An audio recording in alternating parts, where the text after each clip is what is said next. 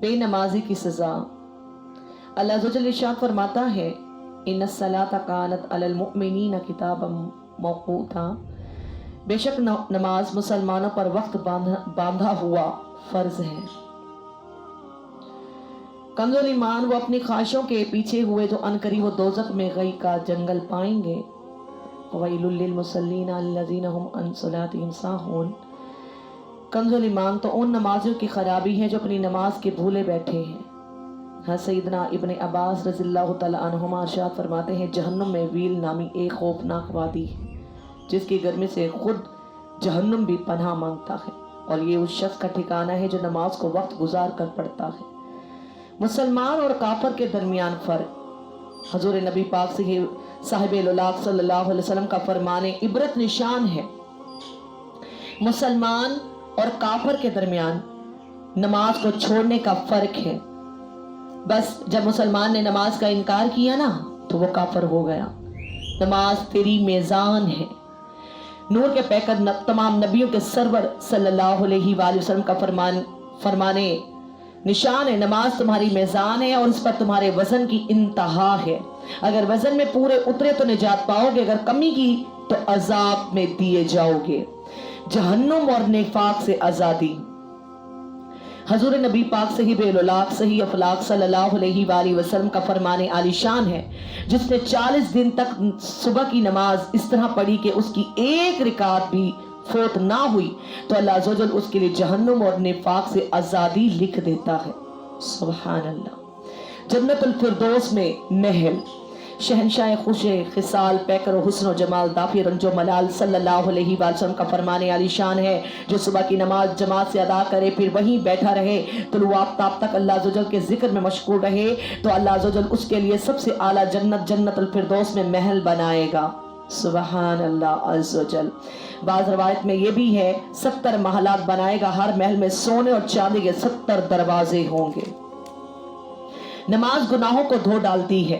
حضور نبی کریم رؤوف الرحیم صلی اللہ علیہ وآلہ وسلم کا فرمان عالی شان ہے نماز کی مثال اس نہر کی طرح ہے جو تم میں سے کسی کے دروازے پر جاری ہو اور وہ دن میں 5 مرتبہ اس میں غسل کرے یہاں تک کہ اس کے بدن پر کچھ بھی میل باقی نہ رہے، اسی طرح نماز بھی گناہوں کو دھو ڈالتی ہے۔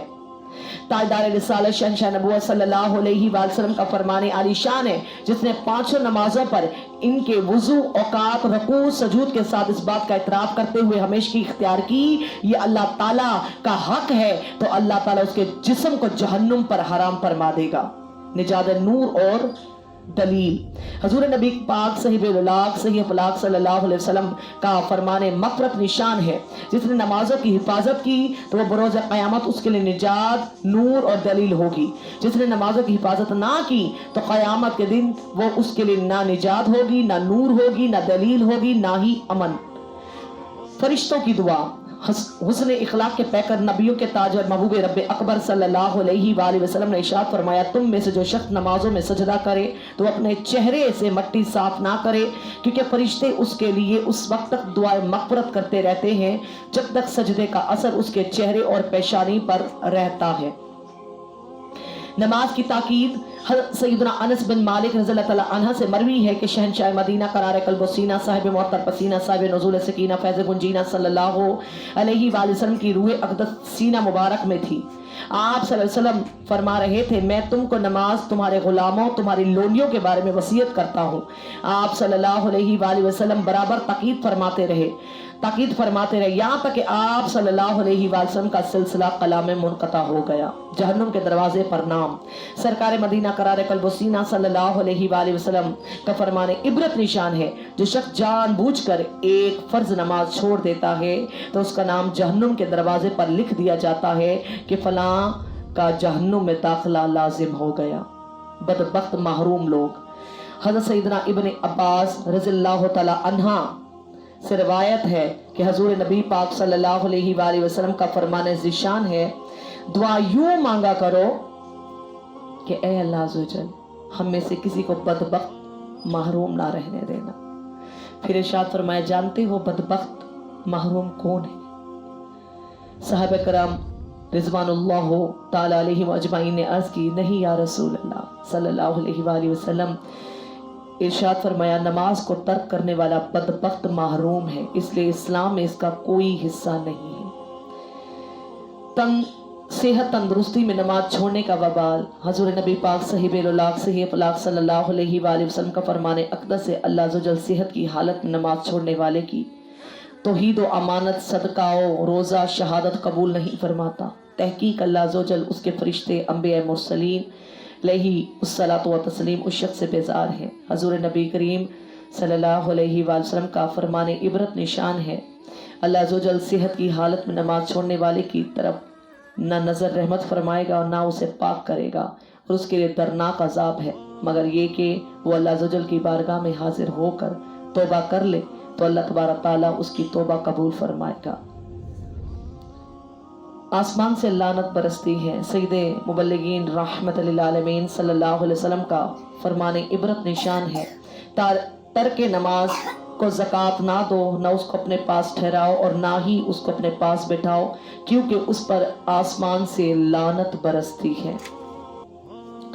عذاب سے چھٹکارے کے اسباب، شہنشاہ خسرو خصال، پیکر و حسن و جمال، دافع رنج و ملال صلی اللہ علیہ وسلم کا فرمان ہے، میں نے والدین سے حسن سلوک کرنے والے اپنے ایک امتی کو دیکھا جس کی موت کا فرشتہ قریب تھا، تو والدین سے حسن سلوک نے اس سے موت کی سختیوں کو دور فرما دیا۔ ایک اور امتی کو دیکھا جس پر عذاب قبر مستلق کیا گیا تھا، اس کے پاس وضو کی نیکی آئی، اسے بچا لیا۔ ایک دوسرے شخص کو دیکھا کہ دوزخ کے فرشتے اس کو دہشت زدہ کر رہے ہیں، تو دنیا میں اس کے ذکر الہی اور تسبیح پر معمور فرشتے آ گئے، اسے عذاب کے فرشتوں سے بچا لیا۔ ایک امتی کو دیکھا کہ عذاب کے فرشتے اسے گھیرے ہوئے تھے، اس کی نماز نے اسے بچا لیا۔ ایک امتی کو دیکھا جس کی زبان پیاس کی شدت سے باہر لٹک رہی تھی، جب بھی وہ پانی کے حوض کے قریب آتا تو ہجوم کے سبب حوض تک نہ پہنچ پاتا، اس کے روزوں کی نیکی آئی اور اسے سراب کر دیا۔ اپنی امت میں سے ایک شخص کھڑا دیکھا، جبکہ انبیاء کرام علیہ الصلوۃ والسلام حلقے در حلقہ تشریف فرما تھے، جب بھی وہ شخص کسی حلقے کے قریب آتا تو فرشتے اس کو دور کر دیتے، تو نماز کے لیے غسل جنابت کی نیکی نے آ کر اسے میری طرف جانے بٹھا دیا۔ ایک امتی کو دیکھا جس کے سامنے دائیں بائیں اوپر نیچے ہر طرف اندھیرا تاریک تھی، اس کی حج عمرے کی نیکی آئی، اسے اندھیرے سے نکال کر روشنی میں داخل کر دیا۔ ایک امتی کو دیکھا کہ وہ ایمان والوں سے کلام کرنا چاہتا ہے، لیکن ایمان والے اس سے کلام نہیں کرنا چاہتے، اس کی صلہ رحمی کی نیکی آئی اور کہا اے گروہ مومن اس سے کلام کرو، اس لیے کہ یہ شخص صلہ رحمی کیا کرتا تھا، تو وہ اس کے کلام کرنے لگے اور سلام و مصافحہ بھی کرنے لگے۔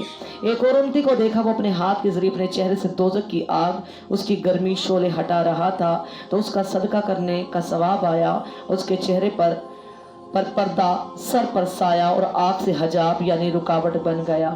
صلو علی الحبیب صلی اللہ تعالی علی محمد صلی اللہ علیہ وآلہ وسلم۔